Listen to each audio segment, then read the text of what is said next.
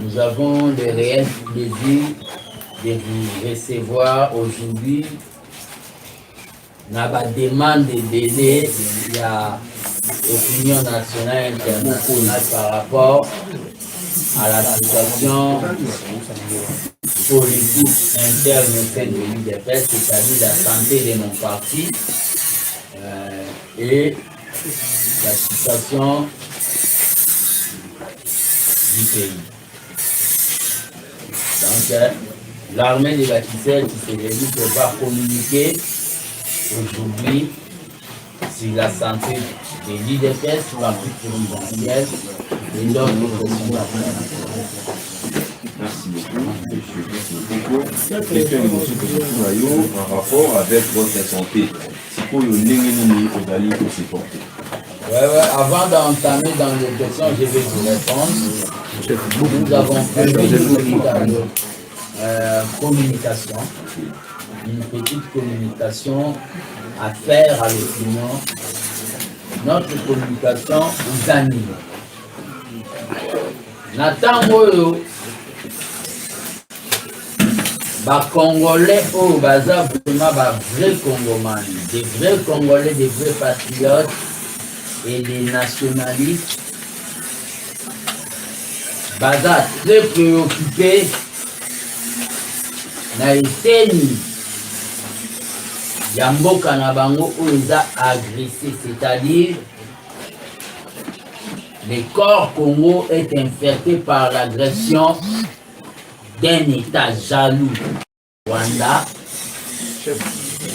Na tango ba Congolais bazosala ba cauchemar mpona makila ya bandeko na bango na este, na Beni, na Ituri, partout, na Buganda. Ba Congolais bazosala ba cauchemar. Les hommes politiques veulent venir distraire l'opinion, désorienter l'attention. Natango ba Congolais.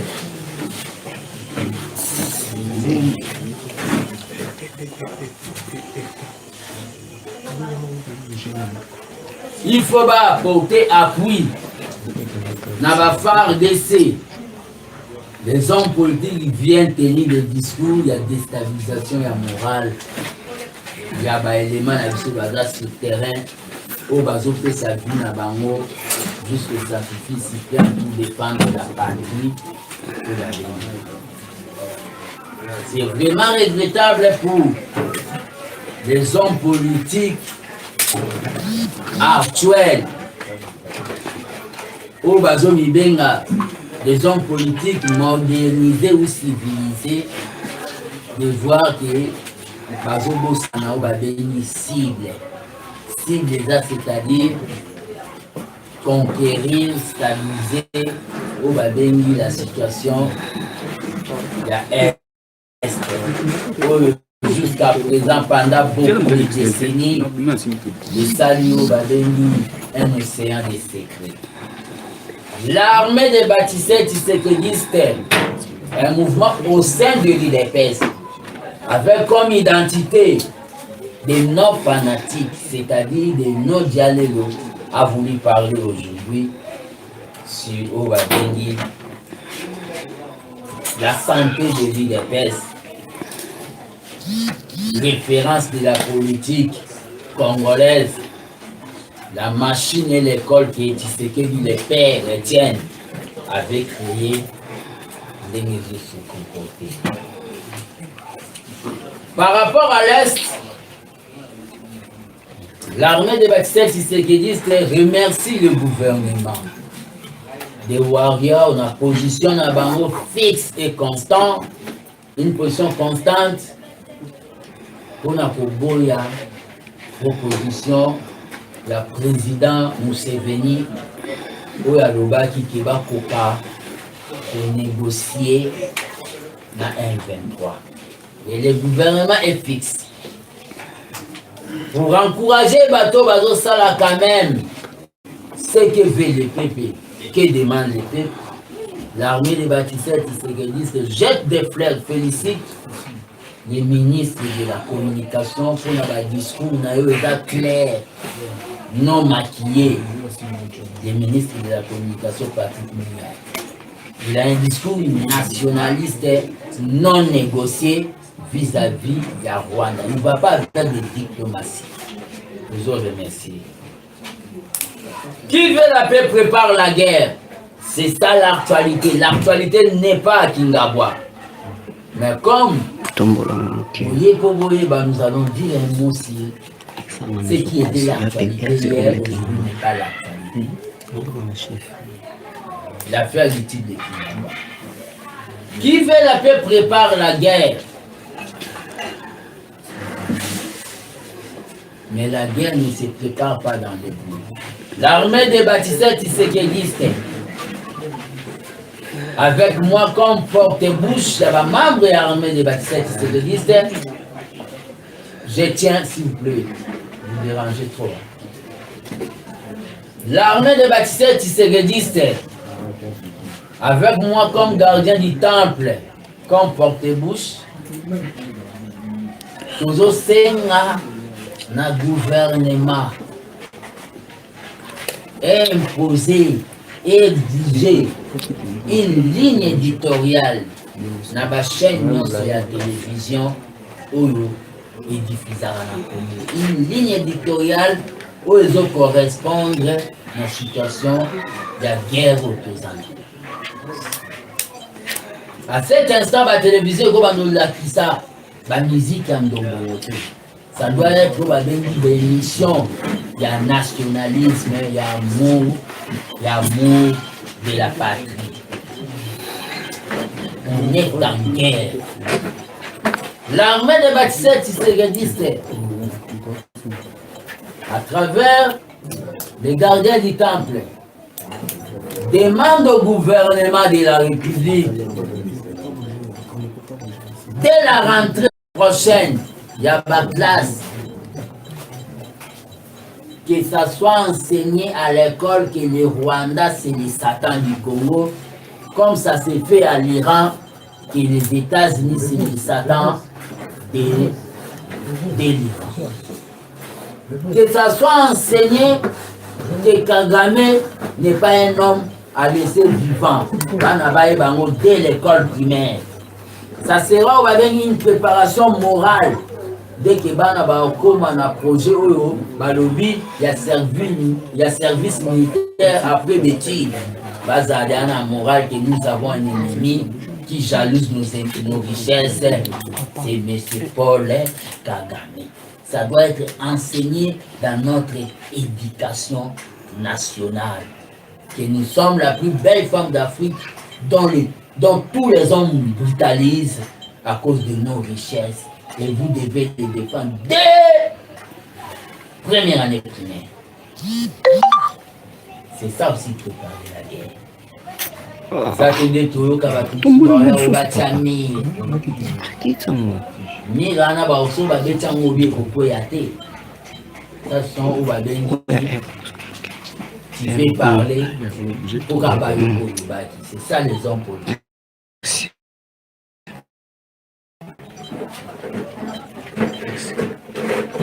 Tout le monde attendait que le gardien du temple de la démocratie puisse parler de ce qui s'est passé à Kingabwa. Je ne voulais pas parler de ça, c'est-à-dire la sortie donnée au Babengi, une réponse, la sortie médiatique. Il y a M. Jean-Marc Kabou. Je ne voulais pas parler de ça parce qu'il y a 3 ans passés, j'avais déjà parlé de tout ce que les autres commencent à parler. J'avais parlé déjà d'un villa qu'on construit à Kingabwa avec un main-d'œuvre chinois, il y a 3 ans passés. J'avais dénoncé déjà 3 ans passés que Bazote Kabapost a combattant. 3 ans passés. J'avais dit déjà que cet homme était un Blaise Compaoré tout près de Thomas Sankara. C'est-à-dire Sobokei, na Burkina Faso, s'il vous plaît, ne me déconnectez pas. Je commence déjà vite. Sobokei na Burkina Faso, il y avait des frères qui ont pris les pouvoirs. Mais et c'était un coup d'État. Mais nous ici, c'était de manière démocratique. L'autre a jalousé, l'autre il a tué.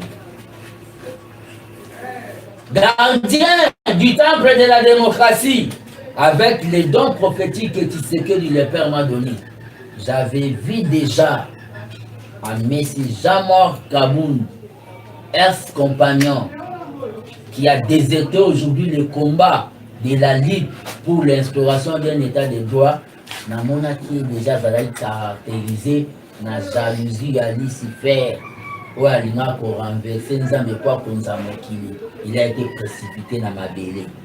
Namona qui est azalaki caractérisé na jalousie ya oba bengi.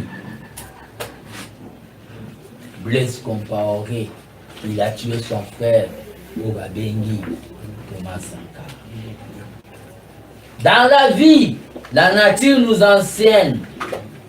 Il faut accepter de servir pour que demain on vous sert aussi.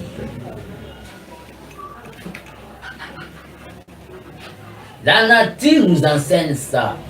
Servir les lots pour l'obiope. Batuba koka ko servir. Jamar Kaboun s'est démasqué. La part de Jamar Kaboun était déjà tournée. Était déjà tournée.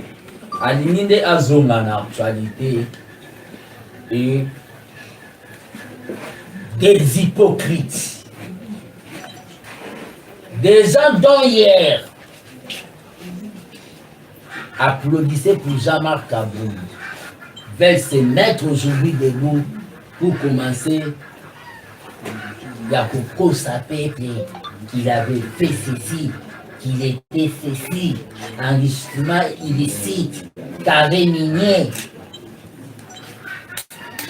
Les bolo bakare minier wana, les yazoa bakare minier wana, bolo ba telobi. Le loboya au lobango, c'est que vous êtes une association de malfaiteurs contre les biens du peuple. C'est ça la position du gardien du temple. Un homme responsable ne peut pas laisser un mal évoluer, même tuer ce qui est patrimoine comme l'IDPS, laisser ce mal, tuer l'IDPS, laisser ce mal, laisser les combattants dans le chômage pendant au moins 4 ans, laisser ce mal, tuer la machine politique de l'IDPS, parce qu'il y a eu des problèmes. Aujourd'hui, vous venez ouvrir Minoko Nabino, Kobolobaki, Kabounde ceci, Kabounde cela. Kabounde peut bien aller créer son parti politique. Nous sommes des légalistes, c'est conformément à l'article 5, donc tout citoyen peut créer son parti politique. Mais ce que Kabounde a fait, il est en train de chercher Bataille Maboko Bakangae pour te fabriquer un leader. Je demande au président de la République, je les remercie d'abord, je remercie le gouvernement de Badifizaki, bêtise nae, l'hiver nae alobaki na Kingabwa, de Badifizaki on de Balexaki en RTS. Ça démontre notre sens démocratique et ça contredit ce que M. Jamar Kaboun a eu à dire Nanda Fune ou Salama avec un main d'œuvre chinois. 520 gigas. Les problèmes des cartes de membres de l'UDPS, la gestion du parti, ça a été déjà dit 3 ans passés par le gardien du temple.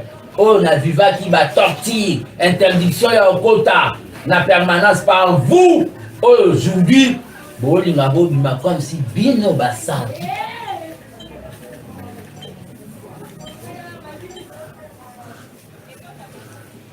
Enrichissement illicite de M. Jamar Kaboun. Bino, avant bolongola nzete na lisu ya motu bomilongwana na lisu na bino, c'est biblique. Baya na ba caméra caché pa na bino ba kuta bino boza ndenge biso toza ndenge biso toza kande tozala ni opposition na bino bato bolinga boloba wana. Vous savez manière dont vous s'enrichir.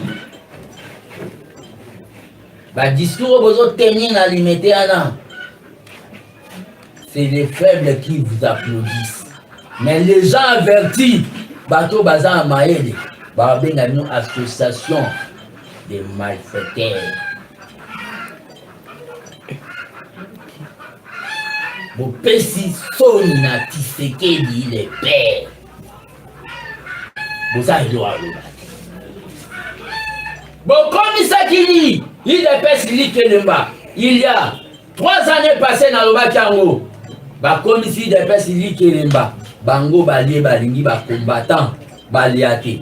Les deux, la carte à l'Ikelemba, Nabino, et bien, c'est le bino Mindondo. Comme on a beau aux combattants, pour voir Bundiano Bitumba. Combattant, on y a quitté.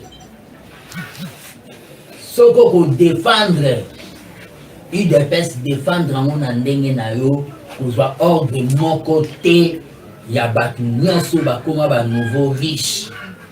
O ba mona ki bino ke, botika na obongo, bobetela bango maboko bango nde ba cadre. Combattant, réfléchir pour venir à partir de yo moko de manière libre, sans influence de mouvement. Il y a d'autres qui parlent dans des médias. On est dans un mandat spécial, il y a confusion, il y a Jean-Marc Kabound. Je ne défends pas Jean-Marc Kabound.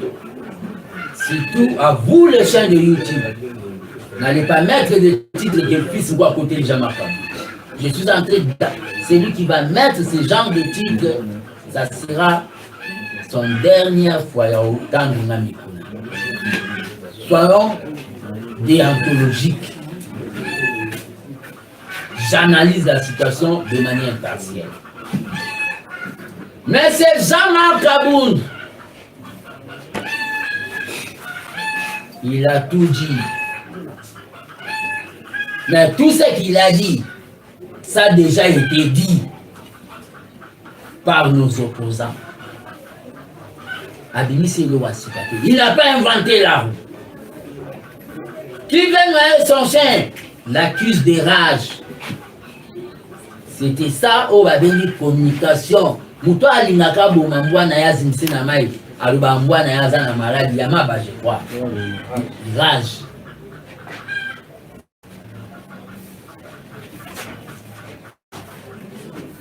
Nous avons eu le pouvoir de dire au président de la République, que je respecte beaucoup, que Makamboué Kende Bienté, dans l'IDPS, très tôt matin de notre pouvoir. Et Jean-Marc Kabound avait fermé sa bouche parce qu'il voulait devenir riche. L'air à mon histoire, Tony vient dire que Zalaka na cannabis à nouveau riche, Tikabiso Babolaka na cannabiso, 2023 c'est bien. L'opposition aujourd'hui, tout le monde s'est dit de l'opposition. Oh, Bozomo la bazo s'est déclaré comme opposant à régime Nabiso. Je regrette tout effort que les combattants sous mon amour m'abé. C'est ça qui était notre combat. Dans notre pouvoir, lié au président de la République, nous devons avoir des contradicteurs. Nous devons avoir l'opposition. Mais il y a opposition et opposition. La vraie opposition ici au Congo, c'est le FCC. Entre guillemets, c'est le PPRD. Parce qu'ils étaient au pouvoir, si on a pouvoir, le pouvoir, automatiquement dans un jeu démocratique, il faut battre une opposition. C'est ça le cas même à Brazzaville. L'IPADES de Pascal Lissouba au pouvoir, Balongwe au pouvoir, PCT du pouvoir, automatiquement IPADES à Pascal Lissouba, Kenda en opposition, puis Bazan en opposition. Même cas avec MCDDI, Il y a Bernard Kolela dans Brazzaville. Mais les oppositions comme il y a le Nouveau Testament. Parce que tu n'étais pas classé dans les gouvernements,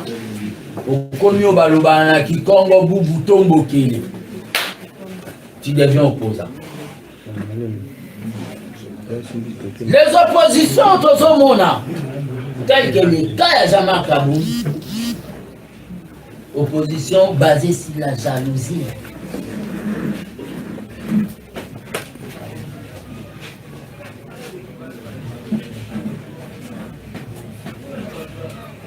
On peut tout dire sur le président aujourd'hui. Mais pour être président de la République, premier sacrificateur de son peuple, ça vient de Dieu. Aucun forcé. Même dans la Bible, Dieu choisit Moïse avec des défauts et Ali Koukouma. Il a choisi comme ça. Même dans la Bible, Dieu choisit Noé sous l'arbre, mais à Sali. Dieu a choisi le président Félix. Lui-même sait pourquoi il a choisi. On ne force pas la nature. Okoya kosi sabana na opamba. Pesa mwana liboso pour okoma président. Ok, si pesa mwana mibale pour okoma président. Pesa mwana misatu. Aussi si bana enta botika ina mwasi na ndafu bozanga bana.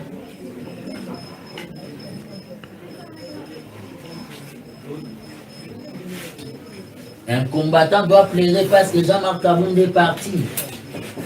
Naloba na bino de pesa za lokola nzete. Makasa Yakala et Koko Yasike Kobota. Si c'est que le père est passé, Liaou Marcel est passé, Ngaoula Pandanjil est passé, Biringo est passé, Kibasa Mali est passé, Fatih passera, Kaboun est passé, moi aussi je vais passer. Mais la base restera basse.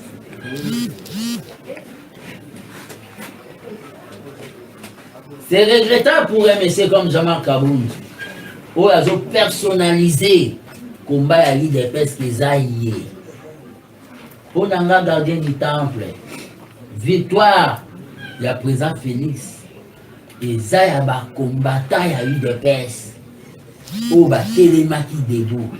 Puis il y a un peuple congolais. Où il y a ce présentant qui n'a une à l'objet de l'indemnisère la plus noire. Et ça, il y a une individualité.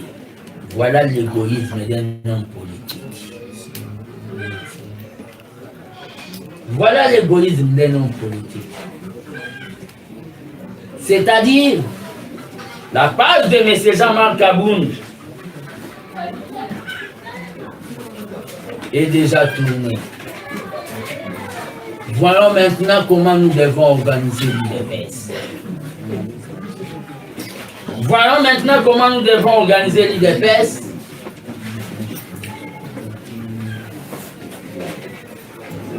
On a les fondamentaux de l'IDPS.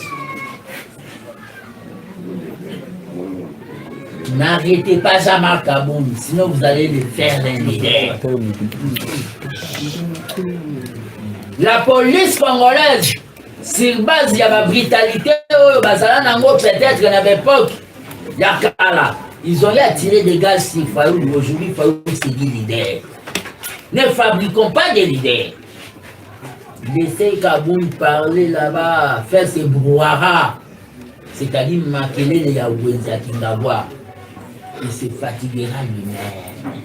Entre-temps, les trains du peuple d'abord avancent.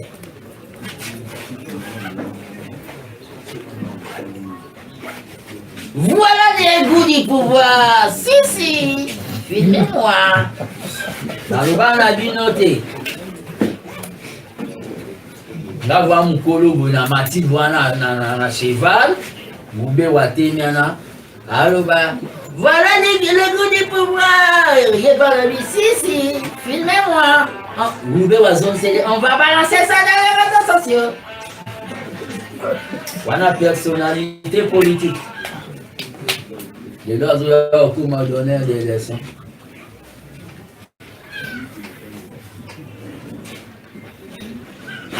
Martin Luther King avait dit ceci. Il est complice, quelqu'un ou un peuple qui laisse mal évoluer, il garde silence, c'est qu'il est complice.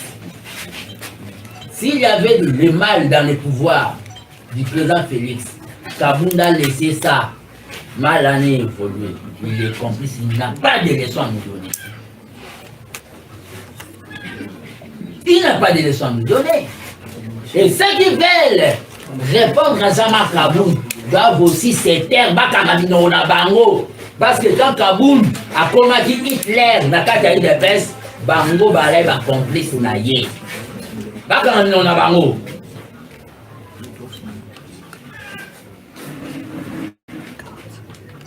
Tout ce que Kabound a dit, les a offense au chef de l'État, les a outrage. Il y a des gens qui ont quitté le parti politique Nabango, Vital Kamel. Il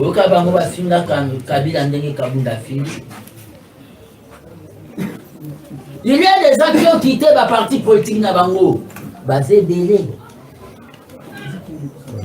À Monique, pour des convenances personnelles à Longwenaï.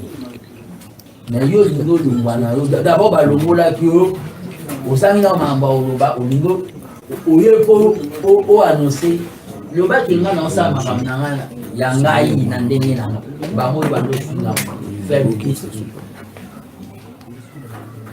faible d'esprit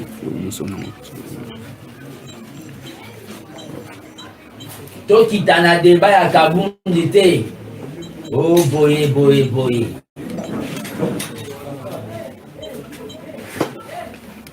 je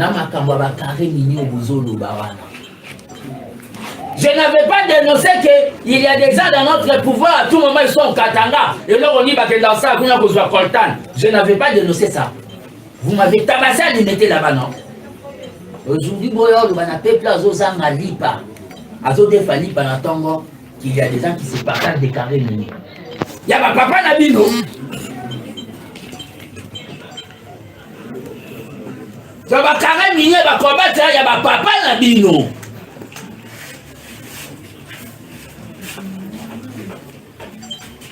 Carré minier. Organisons les partis. Kabound ne doit pas être notre référence. Notre unité de mesure. N'allez la salle à côté, messieurs le journaliste et mesdames. Batumso balekana TV ba Sankara ya ba Fayou dans la mona bango. Dans la mona ba président honoraire Joseph Kabila, ba Jean-Pierre Mbemba Baïmoto, ba Moïse Katumbi Chapwe, ba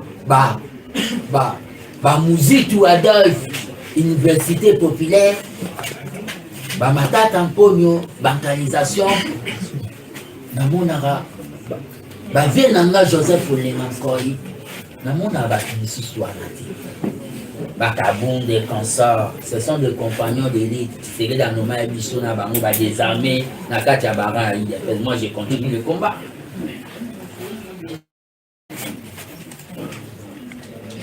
Au président de la République, vu tout ce qui s'est dit, polémique de Sani, c'est Kabound. Le monde est toujours ingrat.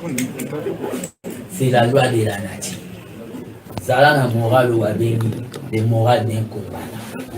Les morales de ton père, c'est-à-dire, il a vu des gens partir tout autour de lui, mais il était resté constant.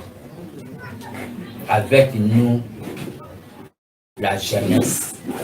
Il était resté avec le Parlement debout. Il était resté avec les forces du progrès. C'est pour cela que je réitère encore. Demande Nanga, il a levé à mesure d'interdiction à ma parlement de vous.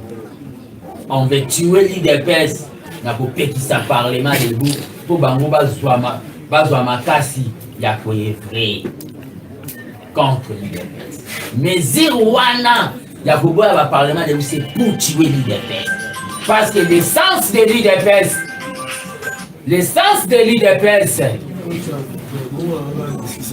s'il vous plaît, l'essence de l'IDPS, la force de l'IDPS, c'est le parlement de vous. Jean-Marc Kaboundou, il a fait ce qu'il peut faire entreprise naïve.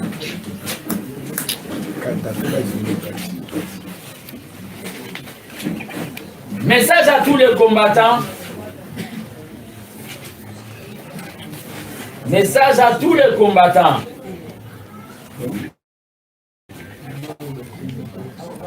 La lutte continue. Laissez les faibles. Au président de la République, j'allais dire, ça a voulu m'échapper.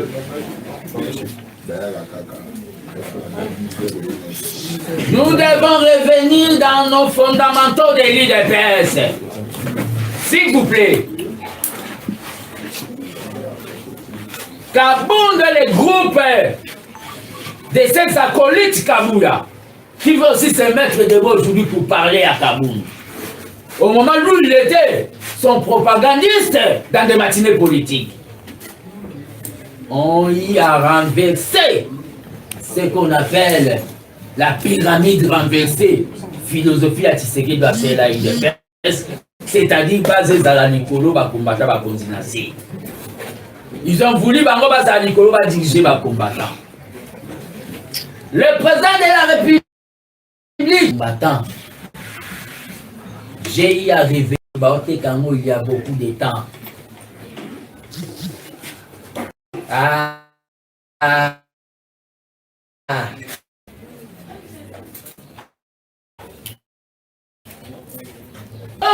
On va bengi pyramide renversée. Kanisa nzembo toyembela ki yoka base. Dès que ça qui à Genève, retirer signature pour retirer signature.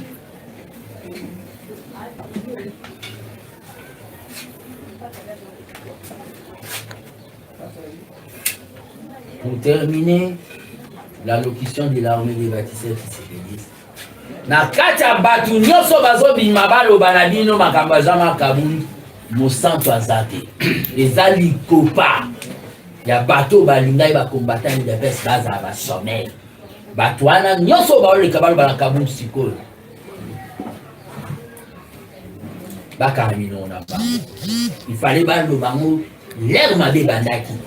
Pas ma désunzo tomo. C'est ça position na yo. Na yo Jean-Marc Kabound.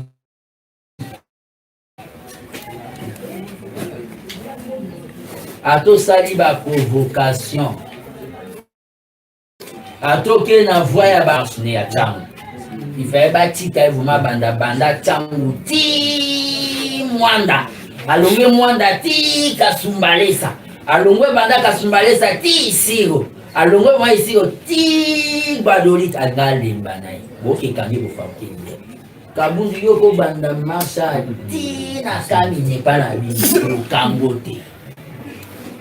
Pe babiloko bolinga bokendo sala na bakingabwa soki ko interdit ba stade na été. Bo pesa occasion te. Botika assassiné. Les ana batu batelemela UDPS.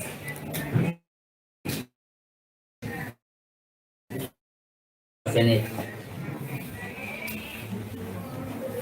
Les ana batu batelemela UDPS. Wa Belgique. Atika na lingange moko boye. Ya ba père moi baluba kuna na vingini balia kambwa. O PDPS. Ndenge moko yo pe Kabound. Otika kana lindange moya batu moya kale so kamina bolia ndakala na bito kuna kingabwa. IDPS c'est tout un esprit. Les hommes passent mais l'idéal et la base reste. J'ai déjà. Merci beaucoup, Président. Vraiment, je pense qu'au niveau des journalistes, la question est délai à l'audition. Mais nous allons essayer de proposer quelques questions qui vont avoir. S'il vous plaît, le téléphone là, il est encore. Je ne sais pas. Je vais prendre quelques questions. Parce qu'on a quelque chose. Ça, on est par rapport à ça, c'est comme ça, pour répondre à l'ISOP directement. La question Armée des bâtisseurs a préparé, a postulé, n'a pas niveau sur la échéance électoraux. Pour répondre à la deux questions. Armée des bâtisseurs, dans le niveau, il y a 2023, nous allons nous organiser pour présenter les députés nationaux et provinciaux au Bako. Aux Alanakous pour combler là où l'IDPS ne sera pas là. C'est-à-dire donner une certaine valeur ajoutée dans la place où l'IDPS est aux athées. Donc nous, notre objectif d'abord, ce n'est pas d'aller recruter les combattants comme les autres associations d'aller recruter les combattants des l'IDPS. Nous, notre objectif, c'est d'aller prêcher le titérisme au nom IDPSien pour nous avons un IDPS. C'est-à-dire nous allons présenter les députés nationaux et provinciaux pour qu'on puisse compiler avec l'IDPS et donner au président de la République une majorité. Avant de passer la main au confrère, une dernière question. Tolandi, M. Paul Chilumbu. Moi, mon corps, il y a quatre Nakatia UDPS. Tolandi, on a passé dans l'émission à Boussolo la politique. À lobby en Cambousurio, on perçoit chaque mois $2000 aux mains de la première dame Denise Nyakiro. Qu'est-ce qui ne va pas entre fils Moukoko et Paul Chilumbu? Ouais, d'abord, qu'est-ce qui ne va pas entre gardien du temple et monsieur le professeur Paul Chilumbu? Il n'y a rien du tout. Ce qui ne va pas, c'est toujours le comportement net, il y a jamais Kaboum. Il y a pour prendre le président en otage, pour diaboliser les combattants, pour se faire sain. Je vais vous dire quelque chose. Ce n'est pas la première fois que les gens tirent des balles sur Fils Moko. Mais malheureusement, Baba Lango est simbaté parce que dans un anti-balle politique, tu sais qu'il les perd à l'Alexandre. Et je suis dans la cause juste. Il y a des gens qui ont tiré, ils sont allés acheter 6 mois en Afrique d'ici là pour m'appeler Nassim Ouala, me piéger que j'étais en conversation avec Massa. Mais on a mené des enquêtes un jour, tout le monde a un certain Chibwa Bomonda Yamba Nassim Ouala ou des pédales. Il y a eu des gens pour paralyser Fils Moko vis-à-vis à Pouyo Gabana au niveau ya diaspora. Comment article Babi que Fils Moko va nommer la logistique de la présidence de la République. Yoka article qui n'a Koti na bureau na Lali. Président Koti a eu avec Nawe. Qu'est-ce qui ne va pas Fils Moko? Ah, président. Nous sommes au Pessinga na Okokananga ordinateur au Nazo na Sanzé. Objectif na bango ya nini? Bato bakoyoka bayoka moi mike ba aide na zwa tina koma de plus en plus misérable. Lelo bino vous n'avez pas Fils Moko vous au monde même ba journaliste nazara vraiment na moyen ya opesa même transport. Monsieur Paul Chilumbu, quelqu'un que je connais bien dans l'IDPS. Un jour, à Bengangaï, à l'Obinanga qui est Fils Moko, mon ananda kuna mwasino latali. Kokoma tokomi, a dit première dame aza, n'a besoin ya kusula naye. Mende toki kusenga yeye mbongo te, senga yeye musalo salaka, c'est-à-dire la communication par matériel ya chaîne. Comment tu connais pas première dame? Si la première dame a tout le si tu se séparé, sa papa ni, c'est-à-dire sa fatini. Mais si tu es Lisae, Souka Kagwanina, Waneza en 2019. N'est-ce Soka Kagwani. Abobi mariage à FCC cacheté à Kugiska Salamanda. C'est vrai. Kovanda Tovandi. D'abord, tout le monde la première dame, Boyeza, peut-être. Non, on a bien tenu, il faut répondre. Il ne faut pas que tu nous vois ça, nous va venir atteinte à la personnalité. Première dame a joué enveloppe à Pessi, Madame Nangay. Dans le big et fils Ngoyoza combattant, pour qu'il nous botte les bons wana tête. Maman soit botte les bons wana ya ofunda, si go toza n'importe la protection de la femme. C'était une manière de blaguer. Kobima Tobimi, parce que je suis obligé de le dire. Il y a mon temps qui met qui porte une besoin quand même carburant. Il y a une femme n'a pas ça enveloppe. Une femme doit toujours écouter son mari. Na longola $200 na pesa porte cha carburant. Ça n'a pas ça $200 pour tu vois qui. Tellement que moi j'ai fait des options pédagogiques. Mais j'ai un don de la communication. Parce qu'il y a ça déjà ma chaîne, ma émission, la campagne. Dans un mois où bengi créativité, il y a grille de programmes. Dans sa grille de programmes, il y a 10 émissions. Je suis allé voir mon ami qui est votre confrère. Il est vivant ici, son nom c'est Chevalier Ilunfous. A comme on regarde Nemo Baobab News. Parce qu'il avait distingué la campus, la communication avec 7 ans, donc tout le monde 75%, 75%. Mon ami a concevoir pour Nanga la ligne éditoriale de la chaîne. Et ça, la salle la moni combattant na biso ou la salle na chaîne en Angleterre qui son nom repose un peu Marius. À ça, il y a un matériel, j'ai pris le dossier, chers amis. J'ai appelé Paul Chilumbu. Et dans le langage d'abord, Paul Chilumbu, quand il m'appelait, il me disait petit Denis, je ne néglige pas pour vous. Nabi n'a pas prêté le dossier. J'ai pris le dossier au nom de Dieu du ciel. J'ai appelé Paul Chilumbu première fois, deuxième fois. Troisième fois, Paul Chilumbu me dit fils, comment déranger là? Tindela mon WhatsApp. Nazui na tindela en WhatsApp. Tu n'es pas mort, tu étais là. Na tindela mon WhatsApp. Nazui document tout na tindela on a PDF format. Paul Chilumbu. Na sali suivi à des jours Paul Chilumbu maman fils comment déranger là. D'abord, première dame a conseillé là yo individu chaîne. Azaba priorité belé a aucun ça la chaîne Nemo Denise Niake Rotif. Na c'est mais ça ba tubaya ba projet ba chaîne Kabila ba financer bango. Makamni na yo zulu balangana. Na ça elo mona ko engager quelques combattants ba professionnels na média na chasser puis ba bengi chômage.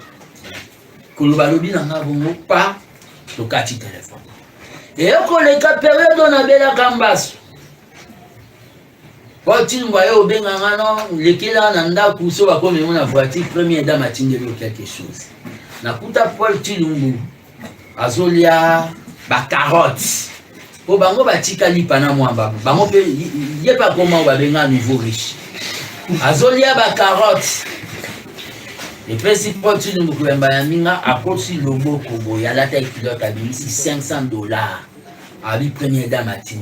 Ngapi ce qu'on a dit est-ce que na ko yebisata première dame na voice université tika na yo nga mona oyebise ko swaki mafia première dame a kotindela mutu mbongo eza na enveloppe te eza ka boy na edite ko zwana zuna na bita mutu yo eza bani pa pona nga po Chilumbu et aussi là na réponse à PC mais makambo po Chilumbu aleki na chaîne je suis en train de profiter. Si M. Israël Mutombo est vraiment professionnel, conformément à la déontologie, après Sangao Babengi, une émission, droit de réponse ou une émission contradictoire à M. Paul Chilumbu.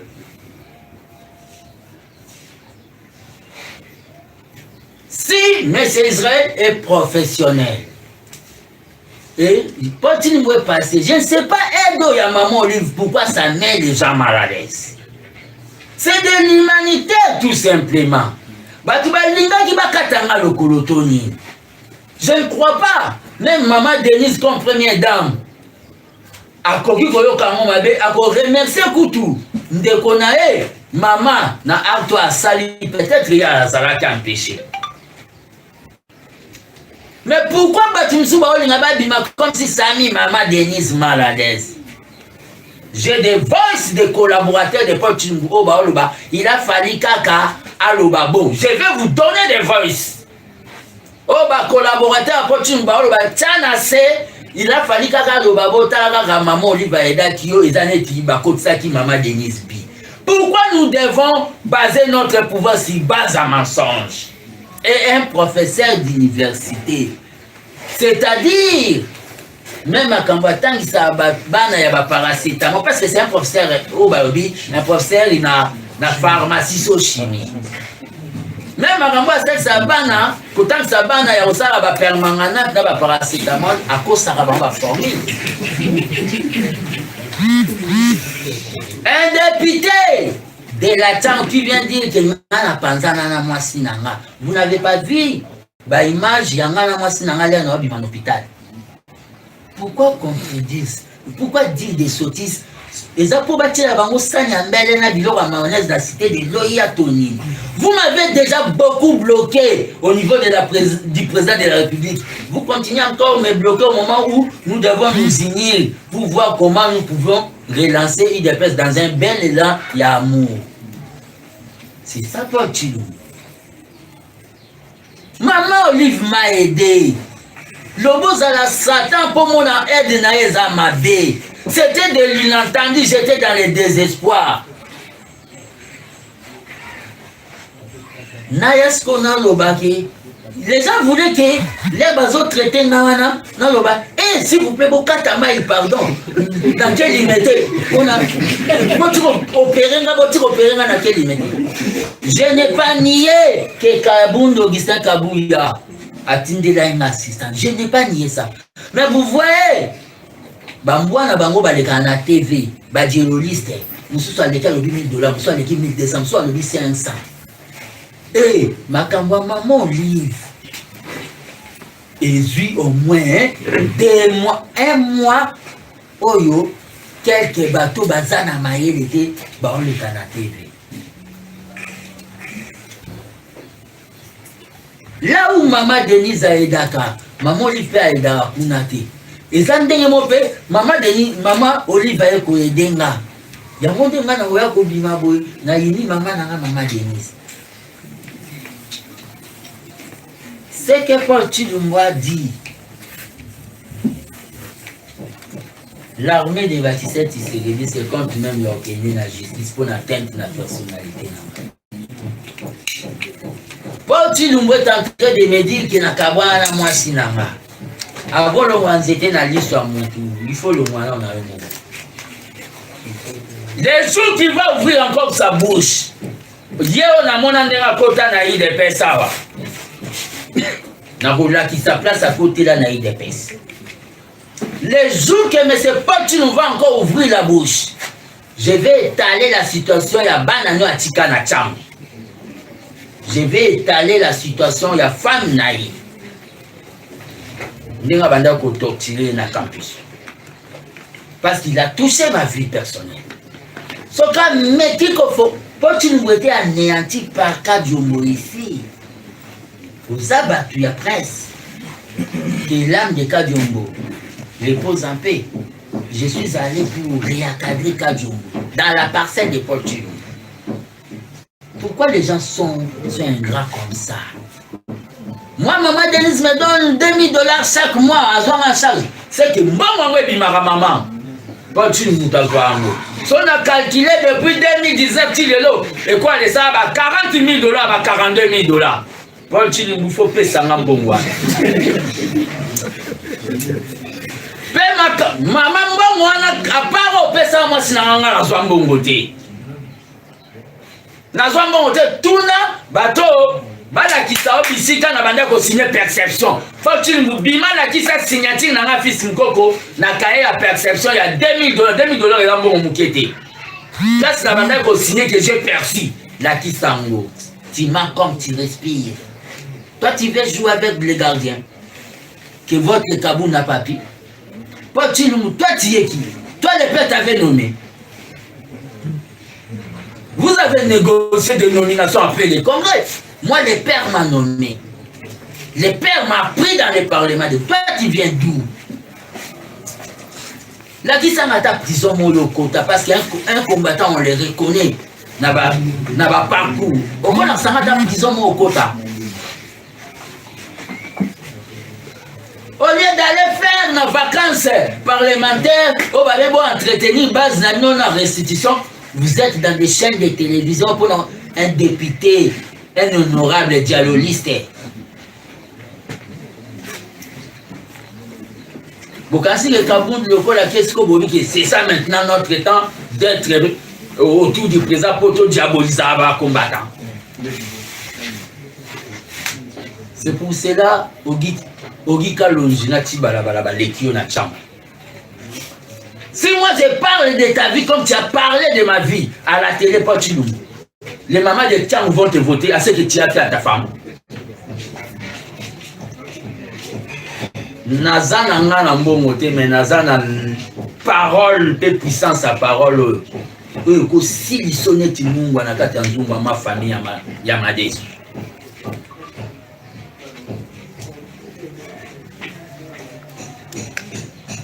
Ce sont des gens pareils qui entourent les chefs de l'État.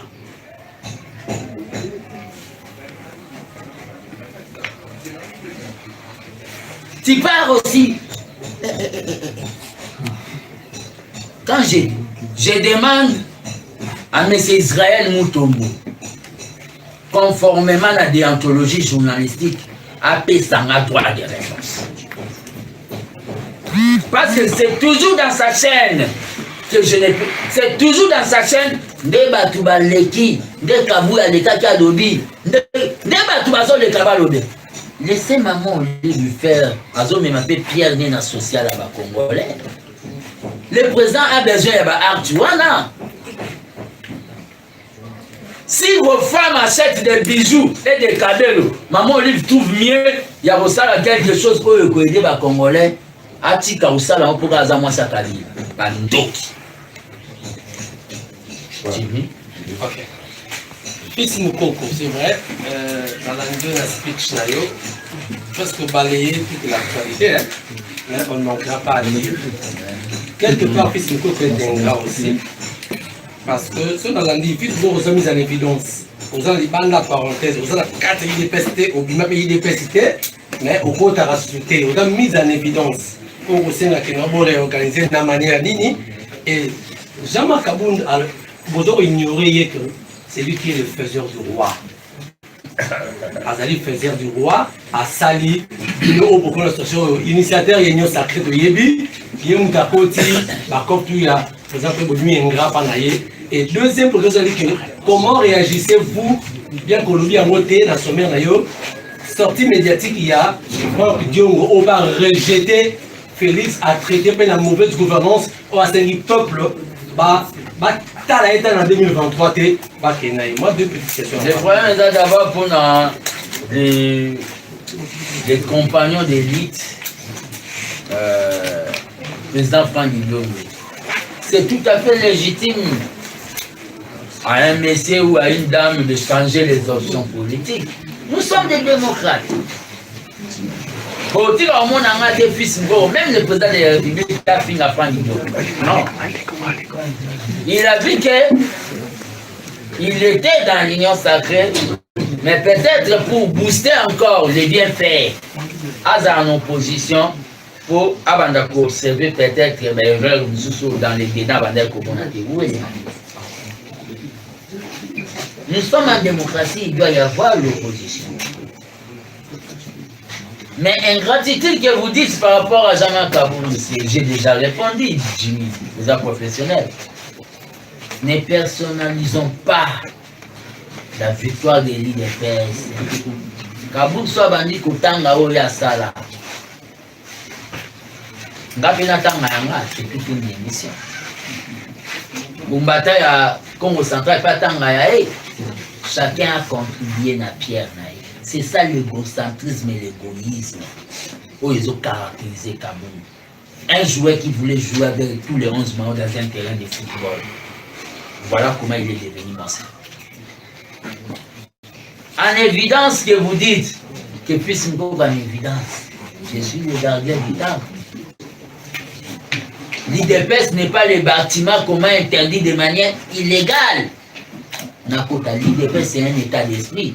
Le combattant de l'IDPS Singapour, les combattants de l'IDPS Kassumbale, sa base Bilanga, Bayaka permanence, mais ils ont l'esprit de Tshisekedi. L'IDPS c'est un état d'esprit. L'IDPS c'est un parti, pas comme tous les autres partis. C'est qu'un combattant de l'IDPS pense ici à Kinshasa, et un des combattants l'IDPS il y a Japon à part ça. Koboya nanga kokota na permanence. On a des individus comme le Paul Chilumbu. Il a vu que Moutabanda a torturé Bango Kabunda Kei, mais il y a un leader, Étoile Moïse Pelana Bertelem, qui est Fils Mkoko. Tout Bandada pour diaboliser, pour tout fragiliser. Ok, tu sais que le père a l'accent anti-balle politique, donc il écoute. Pendant les Awana Fati, Arobeta demanda naïe. C'est-à-dire, Bisso il avait topé ses confiance dans le Congrès pour un deuxième mandat. Mais après Fati na minute tout ça na mona mutogani ngani. Oche la ngana.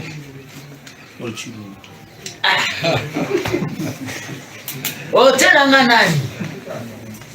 Bato babosani que politique ezalaka postola. S'il vous plaît, ne me posez non mona mutute. Peter Kazadi. Nazomona mutute oyo oyo akucha wana ngana bambongo na bango na ndenge bazwela. C'est pour ça babandi ko sa babilo na bango pour baluka pour diaboliser. Et le problème qu'il a c'est quoi? Le problème qu'il y a c'est quoi? J'allais paraphraser avec quelque chose là. J'allais dire quelque chose. Babilo ko nyon sobo. Oh bozo mona oyo. Ils m'ont interdit d'entrer à la permanence. Voilà la place Basuki.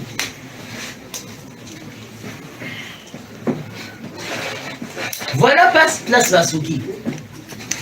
Je demande à celui qui reste encore là, Augustin Kaboula, de ne pas créer ce qu'on appelle des conférences constitutionnelles ou des ateliers de Kisantu, de nous appeler Naobabeli Basismo Otukolobana, Tolobana, tout ça l'autocritique à partir pour toi atterrir bien en 2023. Sinon, Soto Tchel Kolobanate, notre avion risquera de cracher en 2020. Ce n'est pas en choisissant quelques fanatiques, et j'ai dit aux combattants, souvent l'IDPS n'est pas des individus, n'est pas question des cadres. Tous ces cadres ont eu des fois à négocier avec l'homme de bêtises qui est Jean-Marc Kabou pour le pouvoir. Le coup la première est Bango Batombo Kedati. Souvent l'IDPS c'est toi combattant de l'IDPS qui me regarde du nord, du sud, de l'est et de l'ouest et du centre. Souvent l'IDPS n'est pas au tel. Batouana tout baza pour n'avoir besoin pouvoir bakoma bamope ba nouveau riche. La politique est un apostolat. Neti basango ya série ya mindele ya cardinal Malula. Mais bakoum ko ça la politique pour s'enrichir. Laurent Gbagbo Loba, c'est très mal de faire la politique pour s'enrichir. Que le président de la République revienne à son discours, il y a Sainte-Thérèse, au Ezali, au Babengi. Nous sommes en train de chercher le pouvoir pour ne pas se servir, mais être les serviteurs du peuple. J'ai dit, je vous remercie. On ajoute une seule question. Monsieur Jean-Pierre avait une question. Oh non, j'étais là depuis. Ouais.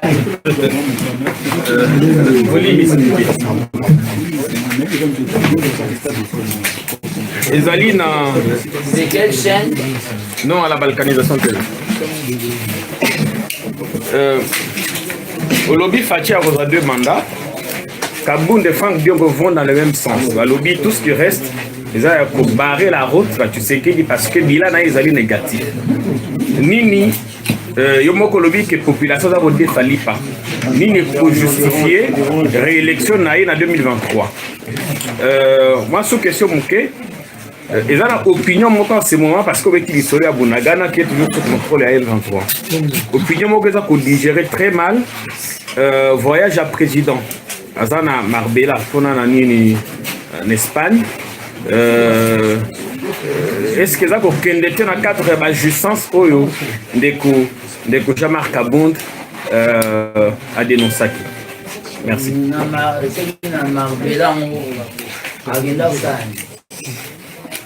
Bon, bah, le bien qui au paiement, il y a na baninga, na famille, tout ça. Ensuite, je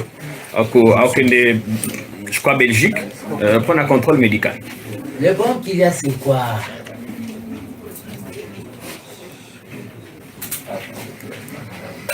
Oh, il y a une importance que là, je n'ai pas ça. Mais même à Guinée-Bissau, Congo, à Congo, quelque part, et même na baninga. Na bateau tout ba olo ba jouissance wana bapanza Congo banda midi 24h/24 bakansa ata basi na bantu ba pesa banda bisou chez o basala rane da jouissance to bateau tout ba olo ba so ba bina ba onde ba obenga ba jeune to kenda armée ba matavio to kenda na ganda ba ma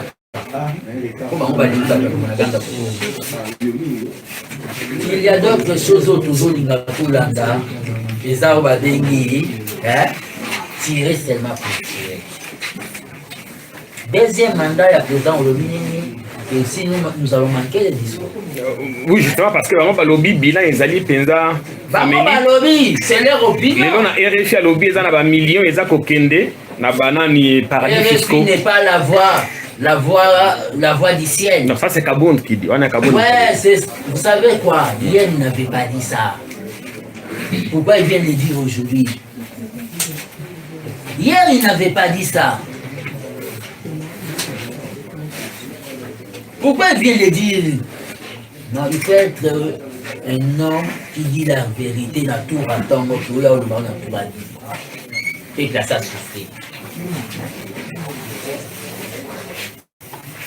Le discours pendant 2023? Le discours, d'abord, le président de la République aura la confiance d'abord de l'UDPS. Nous avons le discours. Là, comme à toute une émission bilan, nous avons un discours, il y a une réalisation où tout ça. Des fois, il y a un déficit communicationnel, il y a visibilité dans le niveau de la présidence de la République pour démontrer ça, qu'on a fait ceci, qu'on a fait cela. Mais au moment opportun, on va faire les bilans. Donc, réponse au mal à couper ça, au moment où le président de la République aura d'abord une vision, une confiance sur les présidents. Quant à nous, l'armée des bâtisseurs, tu sais qu'il existe. Nous allons nous prononcer au moment opportun par rapport aux élections. Par rapport aux élections. Tout ce qu'on est en train de dire, on doit obliger de chasser le pouvoir. C'est dit déjà. On a déjà entendu ça. Les Arabes va faire des chasser. Et là, on va faire. Mais le point qu'il a, c'est quoi? J'ai à dire si peut-être vous êtes venus en retard. La vraie opposition au Congo, c'est les FCC. Les autres font l'opposition parce que dans les bateaux, Bazala quitté. Mais pas fait. Par où il fait l'opposition à cause de la haine.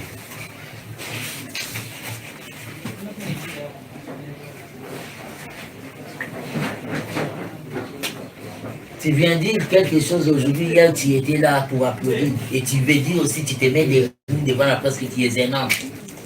J'ai dit ceci, j'ai dit ceci. Non. Une petite question, Président, s'il vous plaît. Aux approches du président de la République, vous allez depuis à UDPS. Question moi bati ba komelinga awa en direct babina tuna président Facebook Koko. Est-ce que le président de la République est-il jouisseur ou pas? Ou pas? Parce que vous allez depuis à l'époque avant comme président de la République. Nazala na cadre ya obabengi UDPS pas dans cadre la vie privée. Moi je ne connais pas Fati dans sa vie privée. Mais dans l'UDPS on parlait de l'état du droit et le combat. Merci. Ok, président, les retardateurs ont des... Comme moi, vous êtes venu en retard, vous devez apprendre à venir. Oui, attends une minute. C'est très important. Tout le monde est sorti médiatique, il y a Franck Diongo, tout le monde est sorti médiatique, il y a Jama Kaboun, tout le monde est sorti médiatique, il y a Augustin Kabouya. Mais sorti médiatique, Miwe, il y a l'Ibosaki, il y a Yo, n'a maman Olive Lim. Ngana kalisa ki le ngo express o lo appelle vérité makambo fois qui auto Jama Kaboun da lobby na mi ça va déconner surtout que mboka zo que malamu te mais ko lo bana makambo so lo ba que nous sommes toujours Félix mais hors sorti médiatique na yo ezaki Miwe donc to ba message ezaki nini message ya photo na yo Olive Lembe na hôpital kuna message wana pour expliquer biso non message le problème qu'il y a c'est quoi non s'il vous plaît les retards mais on essaie un peu de sortir Miwe na maman Olive Lembe. On m'a invité comme on a eu à inviter tous les malades. On a lancement à l'hôpital, initiative Christian. Je suis allé. Tant qu'un leader d'opinion, micro y a caca. J'ai dit c'est le 30 juin, je suis venu ici pour encourager l'initiative Oyo. Il y a Madame Olive Lembe Kabila.